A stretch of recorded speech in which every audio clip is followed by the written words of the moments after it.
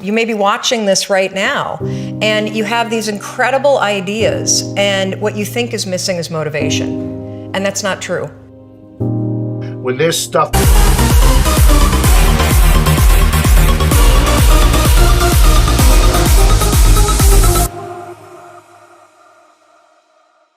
When you focus on the task at hand, you'll get the job done. And what will take you from 2 hours to do your homework will probably only take you 20 to 30 minutes to do, because you're not being sidetracked with other things that are interrupting the moment right there.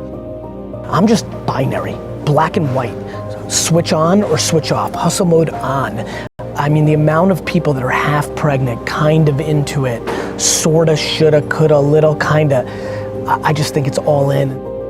So the question simply is this.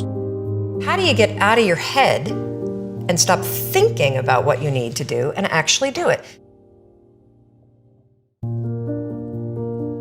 You gotta approach productivity now in a completely different way. Don't think of productivity as something that you're doing just in a block of time. Think of your life as being a productively fulfilling life. I think of who do I want to be? What do I want to contribute? What will be fulfilling for me? Because if you don't have something bigger than just blocks of time, which are important, but there's not something that we together are going towards where it's this set of dreams, where there's personal meaning and there is social contribution, we won't go. You need both things as a mindset for productivity. Personal meaning, meaning you care about it, you like it, it's intrinsically valuable to you. You feel like, me doing this is important because I like it, I enjoy it, it's important. That's personal meaning. The other aspect of productivity is social contribution. I have to see what I'm doing is gonna matter to somebody. It's gonna make a difference.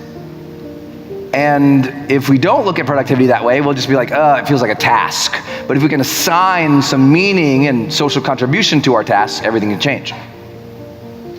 But ultimately, those things have to come together in something to be productive for. The first thing, don't touch your phone because it's training you to be distracted. The second thing it's training you for, which is almost worse, is it's training you, rewiring your brain to be reactive, meaning that you're in this relaxed state of awareness when you first wake up. You pick up your phone, you get one text with bad news, or one voicemail, or one email, and you know this, this has all happened to us. You're in a bad mood for the rest of your day because you're so impressionable. You're in that hypnotic state, and it affects you, and you can never have a quality life, with that, and be the best version of ourselves, be an elite mental performer or high performer when you're responding and reacting to everybody else. My friend Brendon Buchard says, an inbox is nothing but a convenient organizational system for other people's agenda for your life. And how can you have vision for your life? Like for me, the night before, I have 10 things I do every morning to jumpstart my brain. And I also have an evening 1 hour routine to get into sleep, to maximize my sleep. Sleep is so very important to be able to do. But one of the processes I do, besides blackout curtains and cold and temperatures and breath and stuff, meditation, is I don't touch a screen. Right, because it creates blue light, and most people should know this. The screen on your laptop, your phone, everything else emits this blue light, which inhibits the melatonin production, which helps you to relax and go to sleep. So no screens. But the other thing I do is I write down the 3 things I want to accomplish the next day personally, and the other 3 are professionally. So now when I wake up, I have a vision for my life. This is a win today if I just get these 3 things done personally and 3 things professionally. And then when it comes to my phone, I don't touch my phone until I get at least 1 thing done. And that's my test.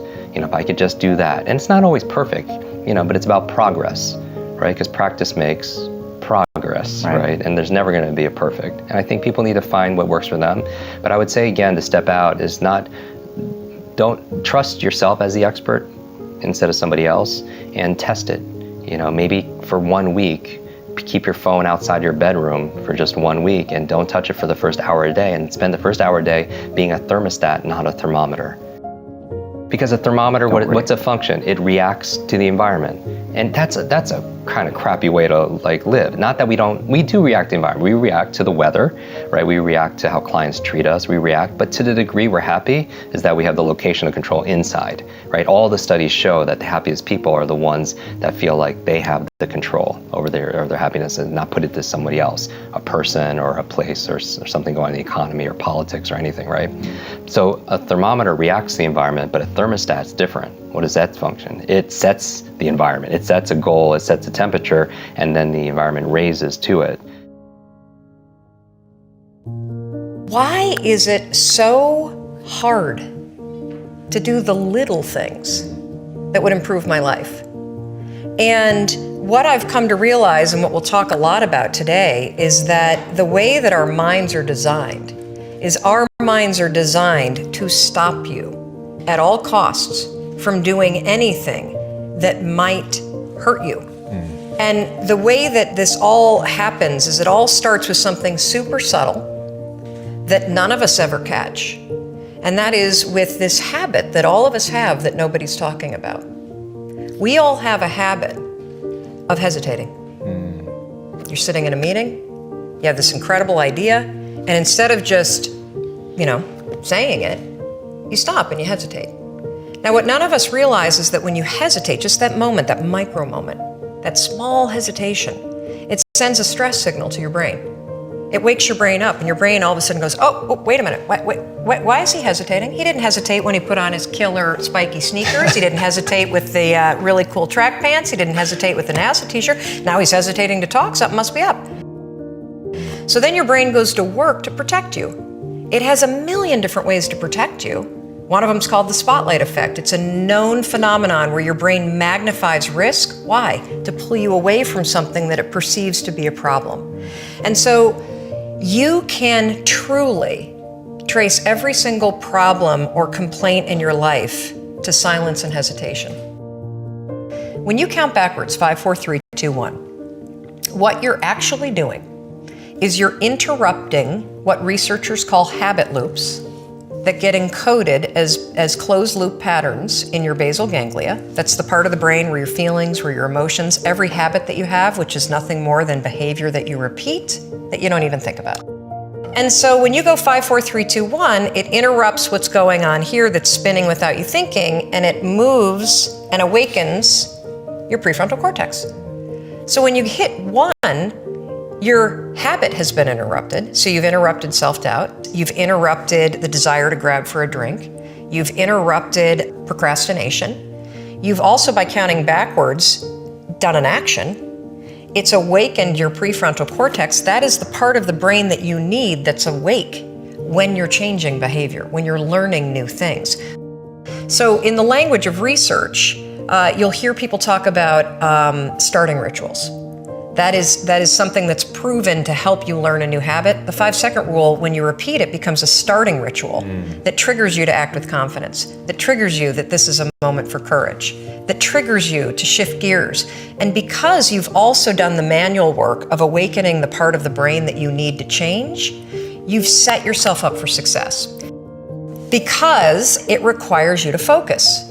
It's not a habit. It will become a habit that prompts you to have confidence and courage. But in the beginning, it interrupts patterns of behavior that you do on autopilot. It helps you assert control, and it teaches you how to become the kind of person that moves from thinking about something to actually doing it. And in order to change, in order to build a business, in order to be the best parent, the best spouse, to do all those things that you know you want to do with your life, with your work, with your dreams, you're going to have to do things that are difficult, uncertain, or scary. Your life comes down to your decisions, and if you change your decisions, you will change everything.